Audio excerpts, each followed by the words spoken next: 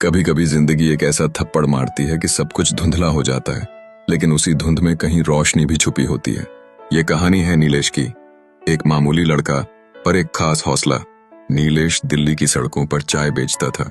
एक छोटा ठेला, उबलती हुई केतली और कुछ सपनों की राख। वो बचपन से ही पढ़ना चाहता था, लेकिन हालात ने उसे किताबों से दूर और जिम्मेदारियों के पास ला दिया। सुबह 5 बजे से लेकर रात 10 बजे तक बस एक ही काम, चाय बनाना, बेचना और 2 वक्त की रोटी जुटाना। पर फिर एक दिन सब बदल गया। एक भीड़ भाड़ वाले चौराहे पर नीलेश अपनी चाय की ट्रे लेकर जा रहा था। अचानक एक तेज रफ्तार बस आई और उसे जमीन पर गिरा दिया। सड़क पर खून था, चीख थी और नीलेश की आंखों में अंधेरा। जब होश आया तो वो अस्पताल में था। डॉक्टर ने कहा, घुटने की हड्डी टूट गई है, 6 महीने तक चल नहीं पाओगे। उसके लिए ये किसी मौत से कम नहीं था। जिस लड़के ने कभी छुट्टी नहीं ली, वो अब बिस्तर से भी उठ नहीं सकता था।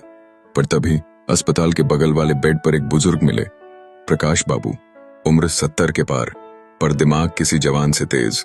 उन्होंने नीलेश से कहा, बेटा, ये समय तुझे सोचने का मौका दे रहा है, तू खुद को खोज। नीलेश हंस पड़ा, मैं क्या खोजूं बाबूजी, मेरे पास कुछ है ही नहीं। प्रकाश बाबू बोले, तो अब बना ले, किताब पढ़, कलम पकड़, तेरे हाथ अभी भी काम कर सकते हैं। नीलेश ने उनकी बातों को हल्के में लिया, लेकिन वक्त के साथ उस खामोशी में कुछ गूंजने लगा। प्रकाश बाबू ने उसे हिंदी की किताबें दी, एक पुराना डायर और एक पेन। नीलेश ने लिखना शुरू किया, अपने दर्द को, अपने ख्वाबों को और अपनी कहानी को।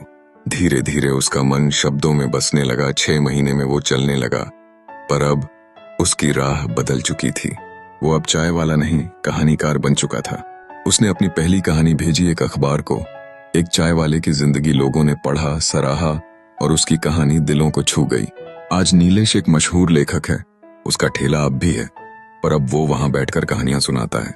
जब कोई उससे पूछता है वो एक्सीडेंट अगर ना हुआ होता, तो वो मुस्कुराकर कहता है, तो शायद मैं कभी खुद को नहीं पहचान पाता। जो होता है सब अच्छे के लिए होता है। कभी कभी टूटना जरूरी होता है ताकि हम खुद को फिर से जोड़ सकें।